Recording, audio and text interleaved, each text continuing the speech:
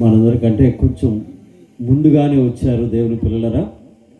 దైవజనులు అనంతవర్పాడు ఆ గ్రామాన్ని బేస్ చేసుకొని దాదాపు మన ఏపీ అంతటి కూడాను దేవుని కొరకు బహుబలంగా వాడబడుతున్నటువంటి దేవుని సేవకులు మన మధ్యలో ఉండడం నిజంగా మనకు మన గ్రామానికి ఎంతో ఆశీర్వాదము. వారు మరి క్రీస్తు సహవాసం అంటే క్రీస్తు చర్చ్ ఆఫ్ క్రైస్ట్ కాదు కానీ క్రీస్తు సహవాసం అనేటువంటి ఒక సహవాసాన్ని ప్రియులరా మరి ముఖ్యులుగా ఉండి నడిపిస్తూ ఉన్నారు. దాదాపుగా ఒక 20-25 మంది సేవకులు ప్రియులరా ఆ విధంగా నడిపించబడుతూ ఉన్నారు. అట్టి గొప్ప దైవజనులు మన మధ్యలో ఉండడం మనకెంతో ఆశీర్వాదము. కనుక వారు నోటి నుండి మన గ్రామానికి మన కోసం దేవుడి ఏ వర్తమానాన్ని తీసుకుని వచ్చారో ప్రియులు శ్రద్ధగా విందాం. అబ్రహాము అంటాడు, నీ దాసుని దాటిపోవద్దు నాయనా అంటాడు. ఇది మిక్కిలి అనుకూల సమయము. ఈరోజు మనది, రేపు మనది కాదు. కనుక దేవుడు మనకిచ్చిన ఈ ప్రశస్తమైన సమయాన్ని ప్రియులారా మనం అందరం కూడా సద్వినియోగపరుచుకుందాం. మరి దైవజనునికి మరి వారు వాక్యం అందించడానికి వస్తూ ఉండగా గట్టిగా వారికి చప్పట్లు కొడుతూ అభినందిస్తూ ఈ సమయాన్ని వారికి అప్పగిస్తూ ఉన్నాను.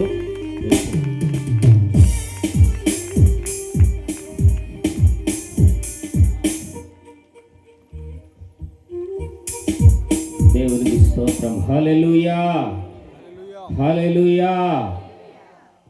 మమ్మలను ఈ ప్రాంతానికి అలాగే ఈ సెమీ క్రిస్మస్ యొక్క కార్యక్రమానికి వాక్యోపదేశం అందించడానికి మమ్మల్ని ప్రేమతో ఆహ్వానించినటువంటి దేవుని సేవకులు జోసఫ్ గారికి అలాగే వారి కుటుంబానికి ప్రత్యేకమైనటువంటి వందనాలండి. అలాగే స్థానికంగా ఈ చుట్టుప్రక్కల ప్రాంతంలో దేవుని ఘనమైనటువంటి పరిచర్య చేస్తున్నటువంటి దేవుని సేవకులు అభిషేక్తులందరికీ కూడా ప్రత్యేకమైనటువంటి వందనాలు.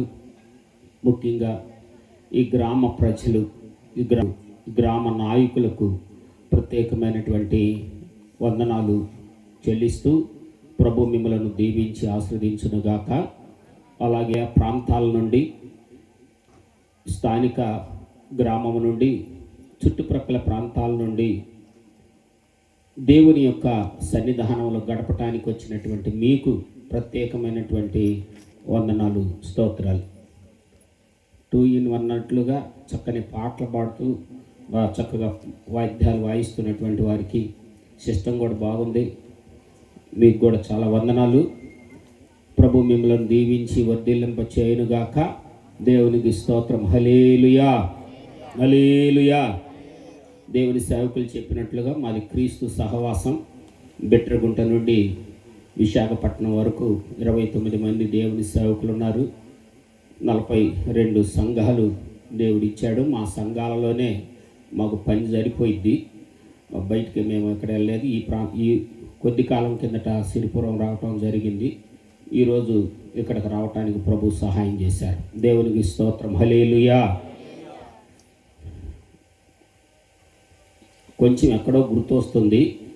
ఈ గ్రామంలో ఒక ప్రైవేట్ స్కూల్ ఉంది. ఆ స్కూల్ ప్రక్కనే మరి ఒక వివాహం చేసినట్లుగా గుర్తొస్తుంది. దావీదరాజు గారు కోబెలపేట 2వ లైను ఆ దైవ సేవకులు వాక్యం అందించారు. వారి విశ్వాసులే. నేను వివాహం చేయటానికి వచ్చాను. ఈ పొడపాడు గ్రామాన్ని మరొకసారి వాక్యం అందించడానికి ప్రభు నన్ను తీసుకొచ్చాడు. దేవునికి స్తోత్రం. హల్లెలూయా. కొద్ది సమయం మనం దేవుని యొక్క వాక్యాన్ని విందాం.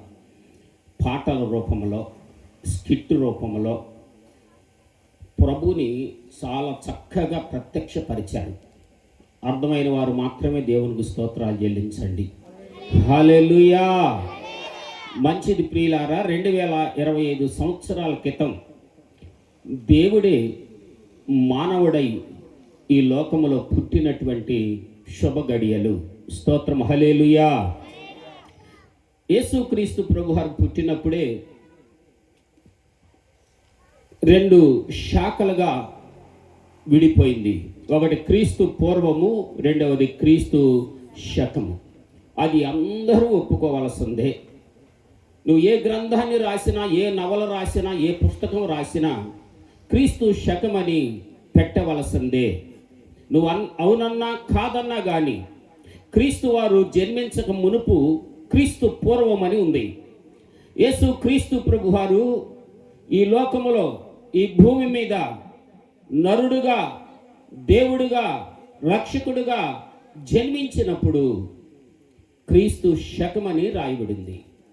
అప్పుడే ప్రారంభించబడి నేటికి కూడా ప్రతి ఒక్కరూ కూడా దాన్ని ఒప్పుకొని తీరవలసిందే. అయితే యేసుక్రీస్తు వారు ఈ లోకానికి ఎందుకు వచ్చాడో బైబిల్ గ్రంథం అంతా కూడా మనం ఎతికి చూడవచ్చు. అనేక సందర్భాలు ఉన్నాయి. అయితే అన్నీ చెప్పను, 2-3 జ్ఞాపకం చేసి మనం ప్రార్థన చేసుకొని కార్యక్రమాన్ని ముగించుకుందాం. దేవునికి స్తోత్రం. హల్లెలూయా. లోకాసు వార్త 2వ అధ్యాయంలో 10వ వచనములో ఇలాగ రాయబడింది: దావీదు పట్టణమందు నేడు రక్షకుడు మీ కొరకు పుట్టి ఉన్నాడు. దేవునికి స్తోత్రం. హల్లెలూయా, హల్లెలూయా. ఎక్కడంటమ్మా? దావీదు పట్టణమందు ఎవరు పుట్టారంట? రక్షకుడు పుట్టాడు. రక్షకుడు పుట్టాడు. ఆ రక్షకుడు అనేటువంటి పదం యేసుక్రీస్తు ప్రభువారు పుట్టక తలికే, పుట్టక పూర్వమే మరియకు దేవదూత ప్రత్యక్షమై మాట్లాడింది. ఇదిగో నువ్వు గర్భము ధరించి కుమారుని కంటావు, తన ప్రజలను వారి పాపము నుండి ఆయనే రక్షించును గనుక ఆయనకు యేసు అని పేరు పెట్టండి అన్నారు. యేసు అనగా రక్షకుడు, రక్షకుడు అనగా యేసు. కాబట్టి యేసుక్రీస్తు వారి లోకానికి ఎందుకు వచ్చాడు అంటే, మొట్టమొదటి విషయాన్ని మనం జ్ఞాపకం చేసుకుందాం. రక్షకుడుగా ఈ లోకానికి వచ్చాడు. రక్షణ ఎవరికి అవసరం? ఆపదలలో ఉన్న వ్యక్తికి రక్షణ అవసరం. మానవుడు ఆపదలో ఉన్నాడు. వారు స్త్రీలైనా, పురుషులైనా, యవనస్తులైనా, పిల్లలైనా కానీ ప్రస్తుత పరిస్థితుల్లో ఆపదలలో ఉన్నారు. కొంతమందికి ఆర్థిక ఆపదలు ఉన్నాయి, కొంతమందికి రోగాల పరిస్థితి, కొంతమందికి ఇంటిలో సమాధానం లేనటువంటి పరిస్థితి. మానవుడికి ఈ పరిస్థితులన్నిటి నుండి విడుదల పొందటానికి శతకోటి ప్రయత్నాలు చేస్తూ ఉన్నాడు. ఎలాగా ఈ ఆపద నుండి విడుదల పొందాలి, ఎలాగ నా కుటుంబం ఈ ఆపద నుండి ఒడ్డెక్కాలి, నేను ఎలాగ అప్పుల నుండి ఒడ్డెక్కాలి, నేను రోగము నుండి ఎలాగా విడుదల పొందాలి, ఆశతో ఎదురు చూస్తూ ఉన్నారు. మానవుడు తన మనసు తోచినట్లుగా, తనకు ఆలోచన వచ్చినట్లుగా ఎన్నో రకాలైనటువంటి ప్రయత్నాలు చేస్తూ ఉన్నాడు. కానీ వాటి నుండి విడుదల పొందలేకపోతూ ఉన్నాడు. ఎందుకు విడుదల పొందలేకపోతున్నాడంటే, సరైనటువంటి మార్గాన్ని చూపించేవారు లేరు. బైబిల్ గ్రంథంలో రాయబడింది, గుడ్డివాడు గుడ్డివాడికి దారి చూపించలేడు, వారిద్దరూ కలిసి గుంటలో పడతారని రాయబడింది. అయితే సరైనటువంటి మార్గాన్ని చూపించేవారు లేరు. అందుకే 2000 సంవత్సరాల క్రితం యేసుక్రీస్తు వారు ఈ లోకానికి వచ్చి, నేనే మార్గమును, నేనే సత్యమును, నేనే జీవమునని చెప్పాడు. ఆ మార్గములో నడవటం ద్వారా, ఆ మార్గాన్ని అనుసరించడం ద్వారా నువ్వు ఏ పరిస్థితుల్లో ఉన్నా కానీ ఆ పరిస్థితి నుండి దేవుడు నిన్ను రక్షిస్తాడు. దేవునికి స్తోత్రం. హల్లెలూయా, హల్లెలూయా. బైబిల్ గ్రంథంలో రాయబడింది ప్రియులారా, ఇటు గవర్నమెంట్ వారు కానీ, ఇటు ప్రభుత్వం వారు కానీ, లేకపోతే బంధువులు, రక్షమందులు, స్నేహితులు, అభిమానులు ఎవ్వరు కూడా రక్షించలేనటువంటి ఒక వ్యక్తిని యేసుక్రీస్తు వారు రక్షించాడు. డబ్బు అతనిని రక్షించలేకపోయింది, అతని యొక్క ఉద్యోగం అతనిని రక్షించలేకపోయింది. బైబిల్ గ్రంథ వాక్య వచనాన్ని మనం చదువుకుంటే, లూకాసు వార్తలో 19వ అధ్యాయంలో ఒక వచనాన్ని మనం చదువుకుంటున్నాం ప్రియులారా. 9వ వచనాన్ని చదువుకుంటే, అది యెరికో పట్టణం.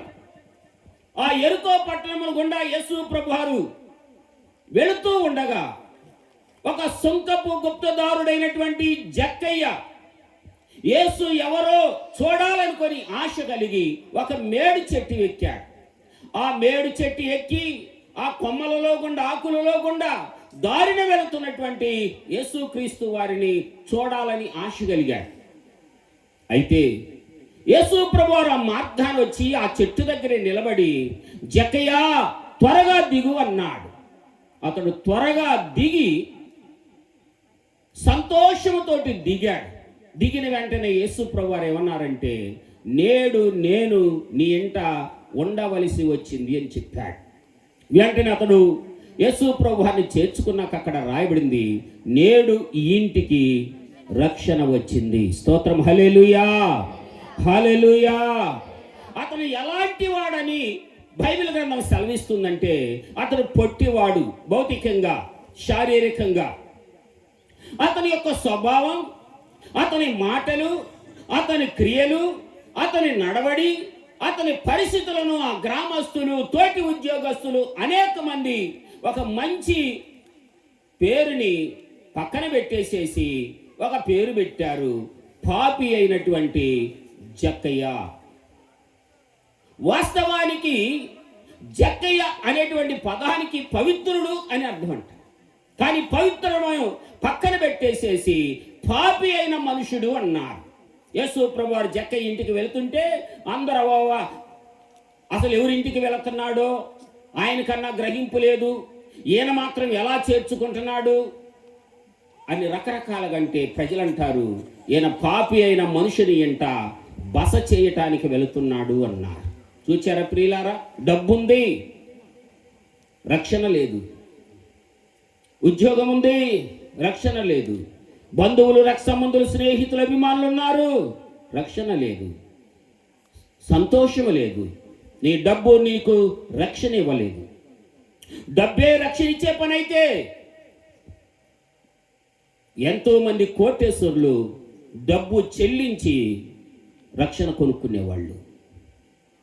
కానీ రక్షణ డబ్బు పెట్టి కొనేది కాదు, ఉచితముగానే దేవుడు అనుగ్రహించింది. ఉచితముగానే దేవుడు అనుగ్రహించేది. అది ఎట్లా అంటే, సంతోషముతోటి ఆయనను చేర్చుకున్నప్పుడు నేడు ఈ ఇంటికి రక్షణ వచ్చింది. అంతకుముందు ఎప్పుడు కూడా ఇంటికి రక్షణ లేదు. నేడు అనే పదం ఎప్పుడైతే యేసు ప్రభువారు ఆ ఇంటికి వెళ్ళాడో, యేసు అనగా రక్షకుడు, రక్షకుడే ఇంటికి వెళ్ళాడు, నేడు ఈ ఇంటికి రక్షణ వచ్చింది. యేసు వచ్చాడు కాదు, నేడు రక్షణ ఆ ఇంటికి వచ్చింది. నీకేమైనా ఉండవచ్చు, నీకు ఏ పరిస్థితుల్లో నువ్వు ఉండవచ్చు, సంతోషం. అయితే యేసు అనేటువంటి రక్షకుడిని అంగీకరించకపోతే నీకు సంతోషం ఉండదు, సమాధానం ఉండదు, నీకు రక్షణ ఉండదు. నీకు ఆ ఆనందం డబ్బు పెట్టి కొంటే వచ్చేది కాదు. ఏనాడైతే నువ్వు యేసుక్రీస్తు వారిని నీ హృదయంలో చేర్చుకుంటావో, ఎప్పుడైతే యేసుని నీ ఎంట చేర్చుకుంటావో, అప్పుడు నీకు సంతోషం వస్తుంది, అప్పుడు నీకు రక్షణ వస్తుంది. బైబిల్ గ్రంథ వాక్యం వచ్చిన మరొక వ్యక్తిని గురించి బైబిల్ గ్రంథంలో ఇలాగూ రాయబడింది.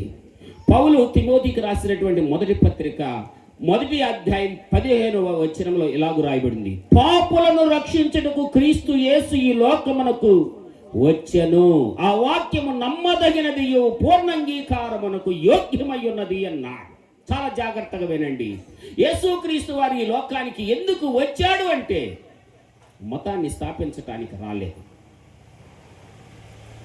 ఆయన పాపులను రక్షించటానికి రక్షకుడుగా ఈ లోకానికి వచ్చాడు. పాపులను రక్షించటానికి. మీరు అనవచ్చు, ఎవరయ్యా పాపులు అన్నా ప్రశ్న వేశారు. బైబిల్ గ్రంథంలో రాయబడింది, అందరూ పాపము చేసి దేవుడు అనుగ్రహించు మహిమను పొందలేకపోతున్నారు. వారు ఏ గ్రామస్తులైనా, ఏ వర్గానికి సంబంధించిన స్త్రీలైనా, పురుషులైనా, యవనస్తులైనా, పిల్లలైనా అందరూ పాపులని బైబిల్ గ్రంథం సెలవిస్తుంది. అందరూ పాపము చేశారు, నీతిమంతుడు లేడు, ఒక్కడునూ లేడు.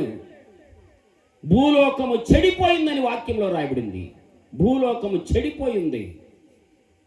చెడిపోయిన లోకాన్ని, పాపముతో మునిగి తేలుతున్నటువంటి మానవుణ్ణి రక్షించటానికి రక్షకుడుగా యేసుక్రీస్తు వారి లోకానికి వచ్చాడు. అందుకే పౌలు గారు అన్నారు, పాపులను రక్షించుటకు క్రీస్తు యేసు లోకానికి వచ్చాడు. ఆ మాట చెప్పిన ఆయన ఎలాంటి వాడో తెలుసా? పూర్వము దోషకుడు, హింసకుడు, హానికరుడు, పాపులలో ప్రధానుడు. ఎంత భయంకరమైనటువంటి వ్యక్తి! దోషకుడు, హింసకుడు, హానికరుడు, పాపులలో ప్రధానుడు, నరహంతకుడు. అలాంటి వ్యక్తి యేసుక్రీస్తు ప్రభువారిని తెలుసుకున్నాక, ఆయన దర్శనాన్ని పొందిన తర్వాత ఆయన చెప్పాడు, ఆ పాపులను రక్షించటానికి యేసుక్రీస్తు ఈ లోకానికి వచ్చాడు, నన్ను రక్షించాడు, తన పరిచర్య కోసం నన్ను ఏర్పాటు చేసుకున్నాడు. కాబట్టి ఈ రోజున సౌలుని పౌలుగా మార్చిన దేవుడు, దోషకుడు, హింసకుడు, హానికరుడైనటువంటి సౌలును మార్చినటువంటి దేవుడు నిన్ను కూడా మార్చటానికి ఆయన శక్తి కలిగినటువంటి దేవుడు. స్తోత్రం. హల్లెలూయా, హల్లెలూయా. యేసుక్రీస్తు ప్రభువారు రక్షకుడుగా ఈ లోకానికి వచ్చాడు. మరలా రాయబడింది ప్రియులారా మరొక్క మాట. ఆయన యేసుక్రీస్తు ప్రభువారు జన్మించిన వెంటనే ఒక పదం అక్కడ రాయబడింది. లోకాసువార్త 2వ అధ్యాయం 10వ వచనంలో, దావీదు పట్టణమందు నేడు రక్షకుడు మీ కొరకు పుట్టి ఉన్నాడు, ఈయన ప్రభువైన క్రీస్తు. అక్కడ రాయబడినది, సర్వోన్నతమైన స్థలములలో దేవునికి మహిమయు, ఆయనకు ఇష్టలైనటువంటి పిల్లలకు భూమి మీద సమాధానం. స్తోత్రం. హల్లెలూయా. ఆయన సమాధానం ఇవ్వటానికి ఈ లోకానికి వచ్చాడు, రక్షించటానికి వచ్చాడు, ఆయన సమాధానం ఇవ్వటానికి వచ్చాడు. ఈ రోజున సమాధానం ఏ ప్రాంతంలో చూసినా, ఏ ఇంటిలో చూసినా, ఏ వ్యక్తిలో చూసినా సమాధానం లేదు. వ్యక్తిగత జీవితంలో సమాధానం లేదు. ఎందుకు నాకు సమాధానం లేదమ్మా, నా మనసులో సమాధానం లేదు, నా హృదయం ఏందో గలిబిలిగా ఉంది, నా మనసు ఏందో గలిబిలిగా ఉంది అంటారు. అందరితో సమాధానముగా ఉండు అని బైబిల్ గ్రంథంలో రాయబడింది. సాధ్యమైనంత వరకు సమాధానం లేదు. కుటుంబాలలో సమాధానం లేదు, బంధువుల మధ్య సమాధానం లేదు, దేశానికి సమాధానం లేదు, నాయకుల మధ్య సమాధానం లేదు. అయితే ప్రియులారా, సమాధానం లేని ఈ భూమి మీద సమాధానము లేకుండా జీవిస్తున్నటువంటి మానవుల మధ్య యేసు సమాధానకర్తగా ఈ భూమి మీద జన్మించాడు. ఆయన పేరు సమాధానకర్త. స్తోత్రం. హల్లెలూయా, హల్లెలూయా. సమాధానం డబ్బుతో కొనుక్కుంటే వచ్చేది కాదు. సమాధానం ఒక రచ్చబండ కార్యక్రమాన్ని పెట్టి సమాధాన పరిస్థితి, అది సమాధానం కానే కాదు. రక్షకుడుగా సమాధానకర్తగా వచ్చిన యేసుక్రీస్తు ప్రభువారు ఇచ్చే సమాధానం శాశ్వతమైనది. అందరు ఇచ్చే అటువంటి సమాధానం కాదు. ఆయన ఇచ్చే సమాధానం శాశ్వతమైంది. ఆ సమాధానములో ఆశీర్వాదం ఉంటుంది, ఆ సమాధానములో గొప్ప జీవం ఉంటుంది. బైబిల్ గ్రంథ వాక్యం వచ్చిన మనందరికీ తెలుసు ప్రియులారా. ఒక ధనవంతురాలే, అనేక మంది బంధువులు, రక్త సంబంధులు కలిగినటువంటి వ్యక్తే. ఆరోగ్యం బాగున్నప్పుడు ఇంటివారు కానీ, వీధిలో వారు కానీ, గ్రామస్తులు కానీ అందరూ ఆమెను ప్రేమించిన వారే, అందరూ వాడుకున్న వాళ్ళే, అందరూ మా మనిషి అన్నటువంటి వారే. కానీ ఆమెకి ఒక భయంకరమైనటువంటి వ్యాధి వచ్చింది, రక్తస్రావం.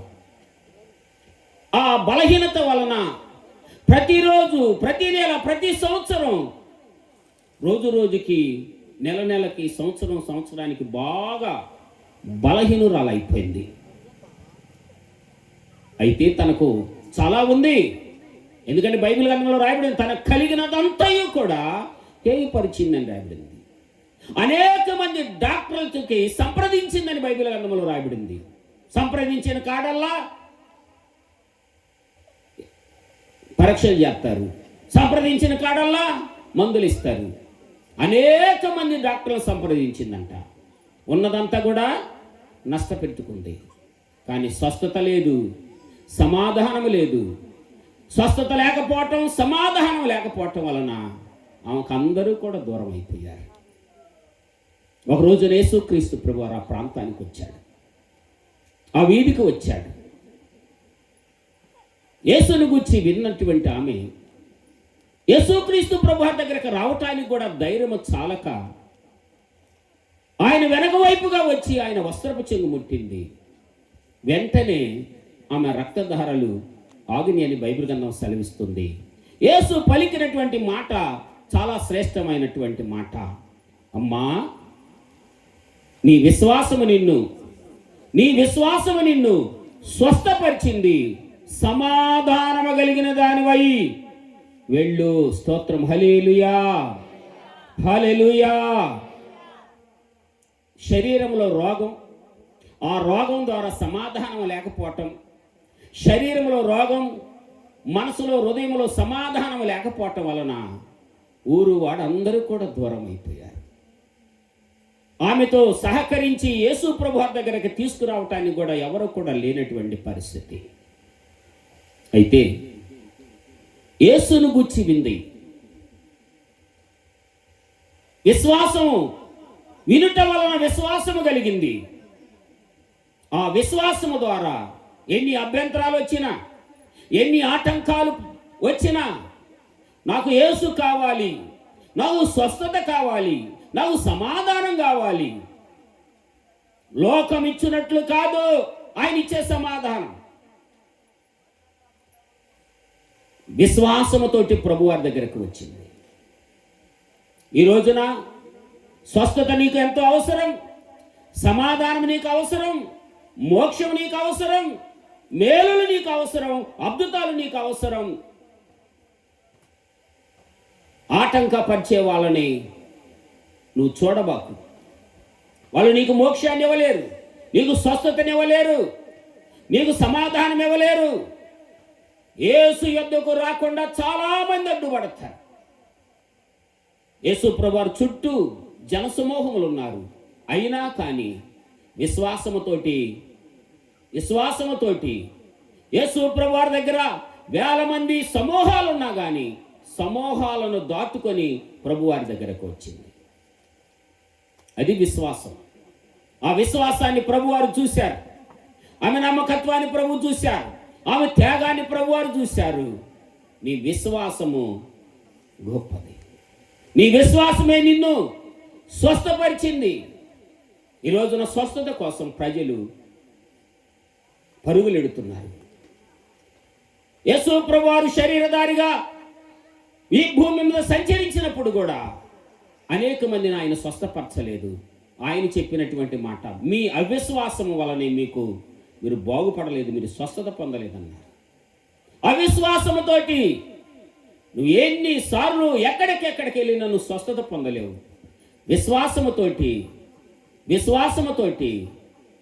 నువ్వు దేవుని దగ్గరకు వస్తే, విశ్వాసముతోటి దేవుని దగ్గరకు వస్తే నీకు స్వస్థత కలుగుతుంది.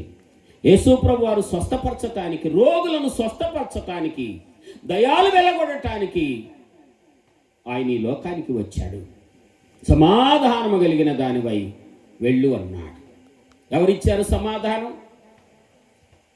సమాధానము నీ బంధువులు ఇచ్చారా? నీ డబ్బు ఏమన్నా ఇచ్చిందా? నాయకులు ఏమన్నా ఇచ్చారా?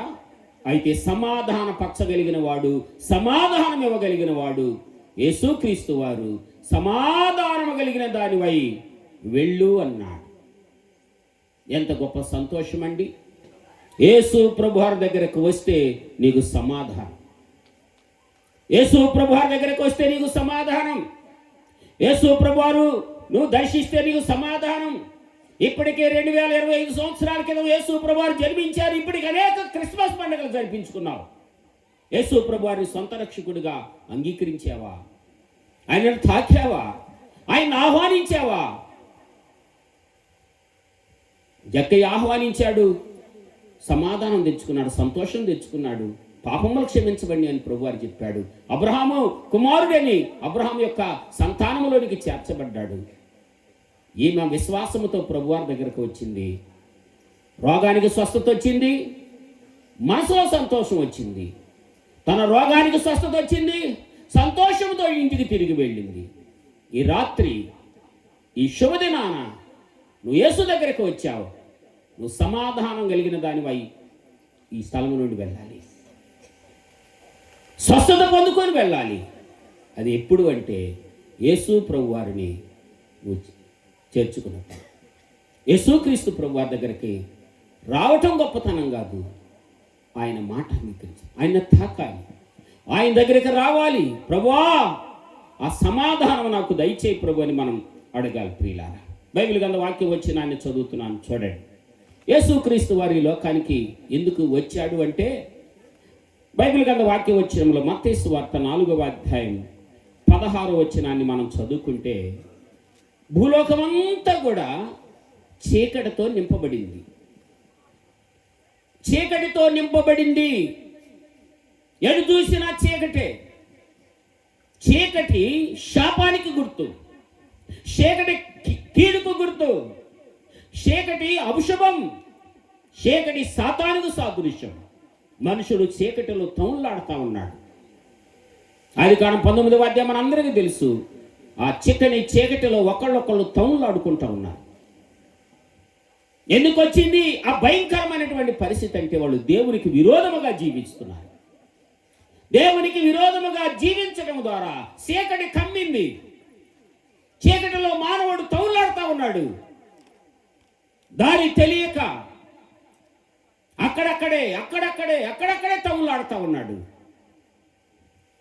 2025 సంవత్సరాల క్రితం యేసు ఈ లోకానికి వెలుగుగా వచ్చాడు. స్తోత్రం, హల్లెలూయా, హల్లెలూయా. చీకటిలో కూర్చున్న జనులు గొప్ప వెలుగు చూశారు. స్తోత్రం, హల్లెలూయా. రకరకాల వెలుగులు లోకంలో ఉన్నాయి. యేసు జీవపు వెలుగై ఉన్నాడు. చీకటిలో కూర్చున్నటువంటి జనులు గొప్ప వెలుగు చూశారు. గొప్ప వెలుగు, జీవపు వెలుగు అయి ఉన్నాడు యేసుక్రీస్తు వారు. ఆ వెలుగులో మనము నడిచిన ఎడల అన్యోన్య సహవాసాన్ని కలిగి ఉంటాం. వెలుగైనటువంటి దేవుడు ప్రతి ఒక్కరిని వెలిగించటానికి ఈ లోకానికి వచ్చాడు. యేసు ఈ లోకమునకు వెలుగై ఉన్నాడు. చీకటిలో కూర్చున్న జనులు గొప్ప వెలుగు చూశారు. పేతురు గారు అంటారు, ఆశ్చర్యకరమైనటువంటి వెలుగు అంటాడు. ప్రియులారా, ఆశ్చర్యకరమైన వెలుగు ఎవరు? యెషయా గ్రంథంలో రాని ఆయన ఆశ్చర్యకరుడు. ఆయనే ఆశ్చర్యకరమైనటువంటి వెలుగు. ఆయన జీవపు వెలుగు. ఆయనలో జీవముండెను, అది మనుషులకు వెలుగై ఉండెనని రాయబడింది. ఆనాటి నుండి నేటి వరకు అనేకులు ఆ వెలుగులోనికి వచ్చారు. చీకటిలో కూర్చున్నటువంటి జనులు వెలుగులోనికి వచ్చారు. చీకటిలో ఎవరుంటారో తెలుసా? బైబిల్ గ్రంథంలో రాయబడింది. ప్రియులారా, గెరాసీల ప్రదేశంలో దయ్యాలు పట్టినవాడు, సాతాను పట్టినవాడు, గాలి పట్టినవాడు శ్మశానాలలో చీకటిలో దిగంబరై ఊరికి వెలుపల శ్మశానాలలో సంచరిస్తున్నాడు. శ్మశానంలో ఎవరు కూడా కరెంట్ ఎయిరు, అక్కడ చీకటి ఉంటుంది. చీకటిలో సంచరిస్తా ఉన్నాడు. తనను తాను హాని చేసుకుంటున్నాడు. ఇతరులకు హానికరంగా ఉన్నాడు. అయితే యేసుక్రీస్తు ప్రభువారు ఆ ప్రాంతానికి వచ్చినప్పుడు వాడు కేక వేసుకుంటూ యేసు ప్రభువారి దగ్గరకు వచ్చాడు. అతని జీవితం చాలా భయంకరమైనటువంటి జీవితం. తల్లిదండ్రులు సంఖ్యలు వేసి ఇంటిలో బంధించి తమ బిడ్డను కాపాడుకుందాం అనుకున్నారు. సంఖ్యలను తుత్తినీలుగా చేసుకొని బయటికి పారిపోయాడు. ఆ ఊరు ప్రజలు అంటున్నారు, అయ్యా మేము ఆ మార్గాన్ని వెళ్ళలేకపోతున్నాం అయ్యా, భలే కొడుకును అన్నారే అంటున్నారు. ఆ రాయి తీసుకొని తనను తాను హాని చేసుకుంటున్నాడు. పిచ్చోడికి రాయి అంటున్నారు చూశారు, ఆ రాళ్ళు ఎట్టేస్తున్నాడో తెలియటం లేదు. గ్రామాలన్నీ కూడా ఎదిరిపోతున్నారు అతని దెబ్బకి. యేసు ప్రభువారు అక్కడికి వచ్చాడు. అతను చూశాడు, అతను యేసు ప్రభువారి దగ్గరికి వచ్చాడు. అతను పలికినటువంటి మాట ఏంటంటే, నాతో నీకు ఏం పని? చూశారా ప్రియులారా, ఈ రోజున ఈ స్థలంలో కూర్చున్న వాళ్ళారా, నీతో నీతో నీతో ఎవరికి పని లేదు. పిల్లలు అంటున్నారు మాకు అవసరం లేదంటున్నారు, భార్య అంటే నాకు అవసరం లేదంటున్నారు, భర్త అంటే నాకు అవసరం లేదంటున్నారు, కొడుకులు కోడళ్ళు అంటున్నారు, ఆ తల్లులు అంటున్నారు మాకు అవసరం లేదు అంటున్నారు, మాకు అవసరం లేదంటున్నారు. నువ్వు ఎవరికి అవసరం లేకపోయినా, ఈ కన్న వాళ్ళకు నువ్వు అవసరం లేకపోయినా, నీ కట్టుకున్న వాళ్ళకి నీకు అవసరం లేకపోయినా, నీ తోబుట్టు వారికి నీ అవసరం లేకపోయినా, నిన్ను సృష్టించినటువంటి సృష్టికర్తకు నువ్వు అవసరం. దేవునికి స్తోత్రం, హల్లెలూయా. నిన్ను సృష్టించినటువంటి సృష్టికర్తకు నువ్వు అవసరం. ఆయన నీ కోసం కల్వరి శిలువలో రక్తాన్ని కార్చాడు. ఆయన నీ కోసం చనిపోయాడు. తల్లి గర్భంలో రూపించబడక మునిపే ఒక స్త్రీగానో ఒక పురుషుడుగానో దేవుడు నీకు అవయవాలు ఇచ్చి నిన్ను పుట్టించాడు ఈ భూమి మీద. అందుకే నువ్వంటే ఆయనకు ప్రేమ, అందుకే నువ్వంటే ఆయనకు అవసరం. నాకు ఎవరితో పని లేదనుకుంటారు, అందరూ ద్వేషించారు, ఒంటరి గట్టిగా చేశారా నిన్ను, నీడ లేదు గూడు లేదు అనుకుంటున్నావా? నిన్ను సృష్టించినటువంటి సృష్టికర్తకు నువ్వు ఎక్కువ కాదు, నీవు ఆయనకు కావాలి. నీకోసమే 2025 సంవత్సరాల క్రితం పని కట్టుకొని వచ్చాడు ఆయన. పరలోక వైభవం ఎంత గొప్పదో తెలుసా? అక్కడ తండ్రి ఉన్నాడు, సింహాసనం ఉంది, దేవదూతలు ఉన్నారు, ఆ శరూబులు ఉన్నారు, బంగారపు వీధులు. ఎప్పుడు సూచన ఒకటే నినాదం, యెహోవా పరిశుద్ధుడు, యెహోవా పరిశుద్ధుడు. పరలోక వైభవం అంతటిని విడిచిపెట్టి ఈ భూమి మీద పసిబాలుడై నీ కొరకు జన్మించాడు, నీ కొరకు జన్మించాడు, నీ కొరకు పుట్టాడు, నిన్ను రక్షించడానికి పుట్టాడు, నీకు సమాధానం ఇవ్వటానికి పుట్టాడు, చీకటిలో ఉన్న నిన్ను ఆశ్చర్యకరమైన వెలుగులోనికి తీసుకురావటానికి పుట్టాడు.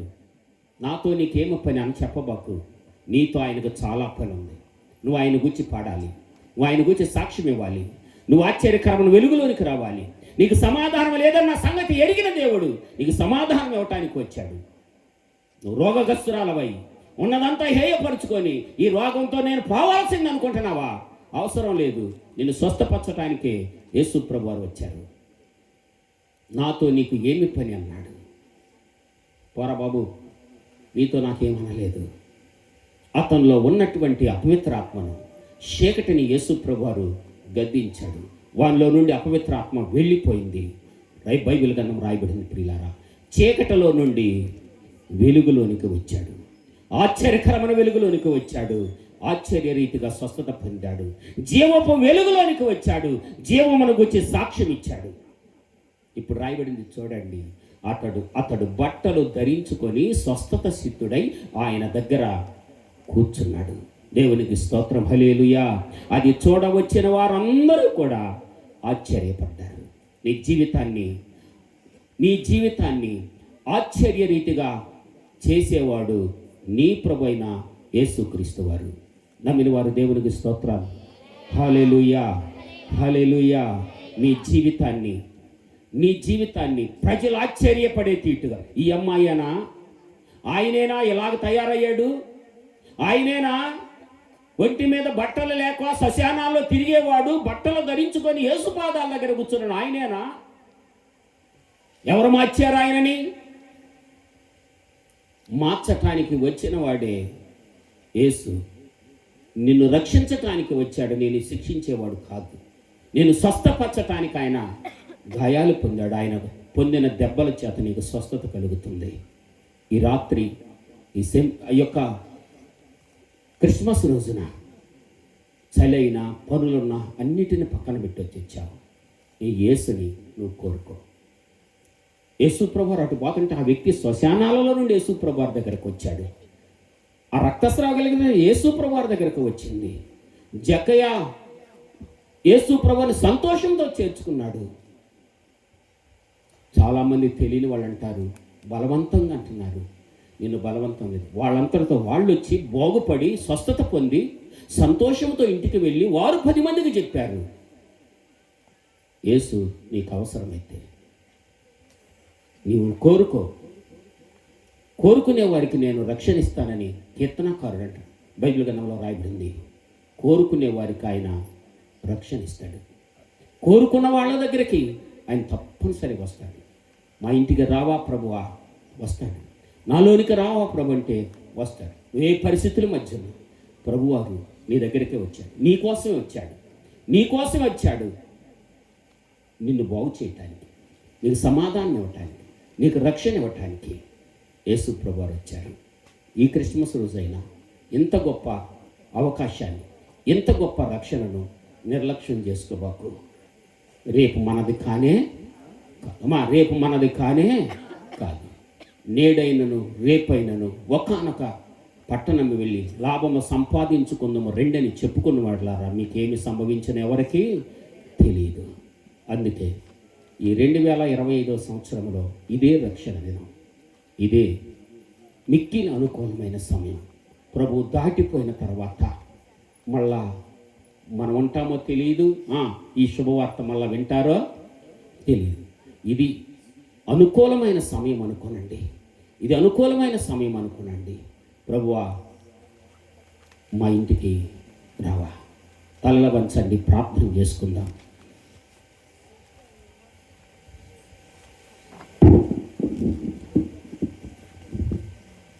అందరూ కూడాను తలలు వంచి ప్రార్థన చేసుకుందాం. ఇంతవరకు దైవజనుల ద్వారా